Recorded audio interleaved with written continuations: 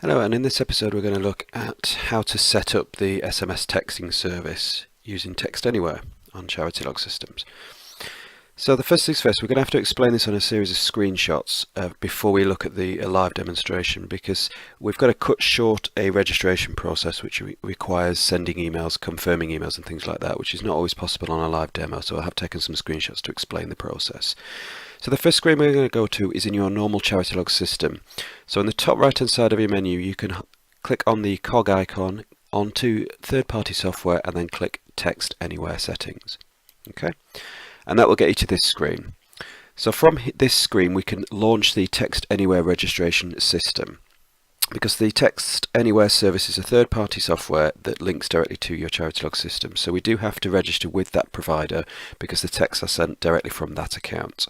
Okay, so if we click on the Text Anywhere icon, and it opens in a new window, so we get to the account login stage.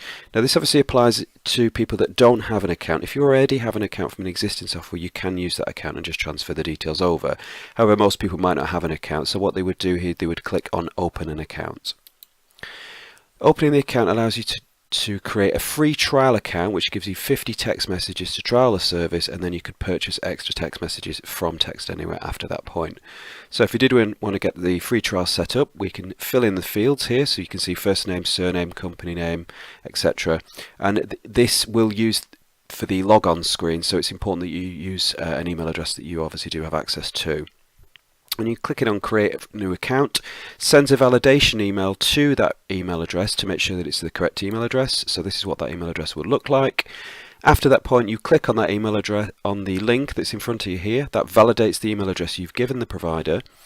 You wait in a few minutes then for another confirmation email that comes back asking you to reset your password.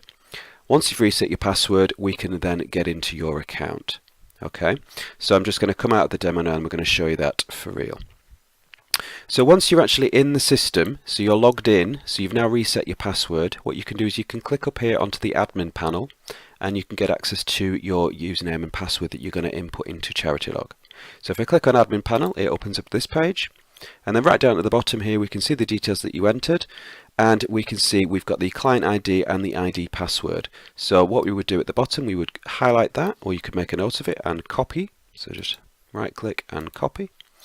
And we would just make a note of the password that we originally set our systems to. So we would now go back into our Charitylog system, and up at the top I'd go to third-party software and into the Text Anywhere settings, which is this page here. We can then input that ID number into the system and input the password that we selected. We would then insert the receive reply directly into Charitylog options, so we have different options that you can have. So what that would mean is if the person were to reply to the text message, what would you like that reply to do? So would you like that reply to go directly into Charitylog, so into the messaging center which is up here?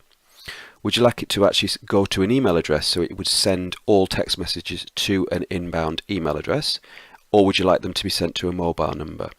Alternatively, you can switch replies off so that they would just display a set message saying please do not reply to this text message, and the user would have to call themselves. So once you're happy with that, make sure that you could set the maximum characters, so I'd probably set it to 1, and that would enable very short snappy text messages to get sent, because you do get charged for them eventually after you've run out of your free allocated texts. Once you've done that, you can hit the yes and save details, and then the text service is up and running in your account. So we can see that the service is running once I've inputted all that. I've got available credit on displayed as 48 credits, and we can see that our text message log, if we wanted to click this button, it would launch the full log of all the text messages. So if you did want to audit the use of it to make sure people weren't misusing the systems, or just to check the outbound messages themselves, you could launch that directly from here or from the text message admin panel just up there. So what you could do in the future is you might need to purchase additional text messages from Text Anywhere that would be loaded into your Charitylog account, and we would go back to our Text Anywhere account, and right up at the top here we can see buy credits. So we click on buy credits, That would open up a page there where we could then buy credits for a specific amount, and we can see the 250 text messages cost £12.25 or £14.70 including VAT. You pay that directly to Text Anywhere, like I said, because they are the provider for the text service. Charitylog is merely the intermediary between the two systems. So the account does lie with Text Anywhere, so if you do have any issues with the credit or the account systems, you do need to contact Text Anywhere. But once you've got set up and registered, you can now send messages directly from Charitylog itself.